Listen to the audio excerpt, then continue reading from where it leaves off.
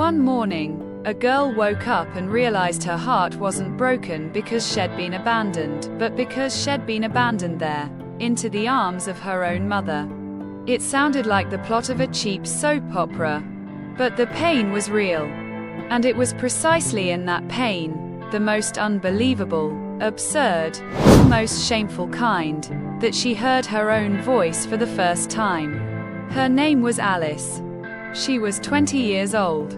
She believed in love at first sight, in handwritten letters, and in the idea that home isn't made of walls, but of the person with whom you're happy to sit in silence.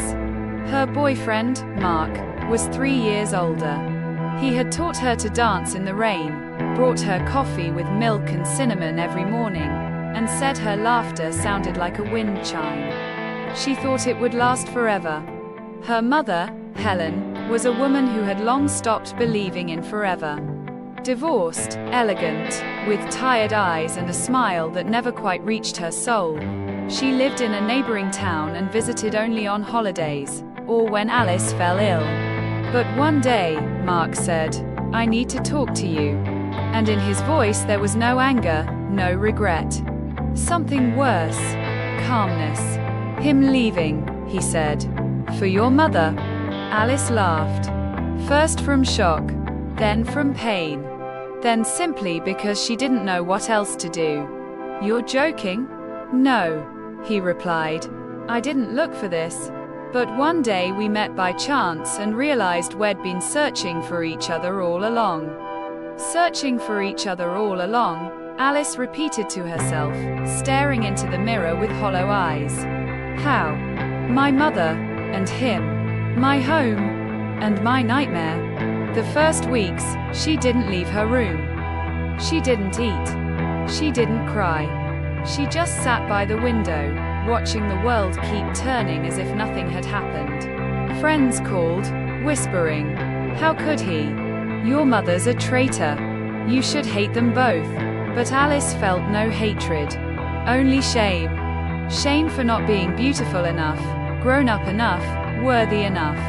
One night, as moonlight spilled over her tear-stained pillow, she stepped onto the balcony and asked the stars, "Why does love always go where I cannot follow?"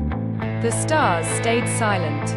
But the next morning, waking with heaviness in her chest and emptiness in her soul, she suddenly understood. Love didn't leave. It simply showed me where I stopped being myself. She began with small things.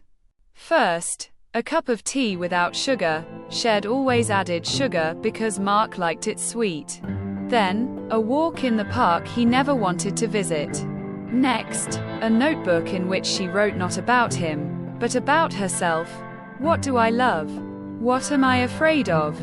Who do I want to become? Not for someone else, but for me. She stopped checking their social media. Stopped imagining them laughing at that very cafe table where they once sat together. And one day, walking along the riverbank, she saw a couple, a young woman and an older man, holding hands, their eyes filled with that same quiet intimacy she'd once dreamed of. For the first time in a long while, Alice felt no envy, only freedom. A year passed. She didn't become the glossy magazine version of a strong woman. She became real. She started working in a bookbinding studio, where she mended old volumes and breathed in the scent of paper the way she used to breathe in the smell of his shirt. She adopted a cat, planted jasmine on her balcony, began writing stories, not about love, but about searching. Her mother came to visit once, without Mark, with a bouquet of white lilies and trembling hands. "Forgive me," she said. "I never meant to hurt you. I just forgot you had a heart too." Alice was silent for a long time. Then she hugged her. "I forgive you, Mom. Not because everything's okay, but because I no longer want to carry this pain inside me." And then, one day, he appeared at the bookbinding studio. Mark. He looked older, wary. His eyes held no confidence, only a question. "Are you happy?" he asked. Yes, she answered without hesitation. Because I stopped looking for love where I wasn't seen. He nodded, thanked her for the tea, left. And Alice felt neither longing nor bitterness. Only a gentle warmth, like the first touch of spring after a long winter.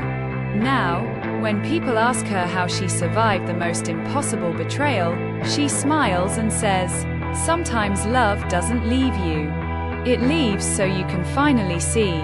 You've been standing in front of a mirror, but looking not at yourself, but at the reflection of someone else's dream." And true love, the kind that stays with you even when everyone else walks away, begins with one simple word, I. And in this world, where everyone rushes to find someone who will love them, the bravest thing a girl can do is to love herself first.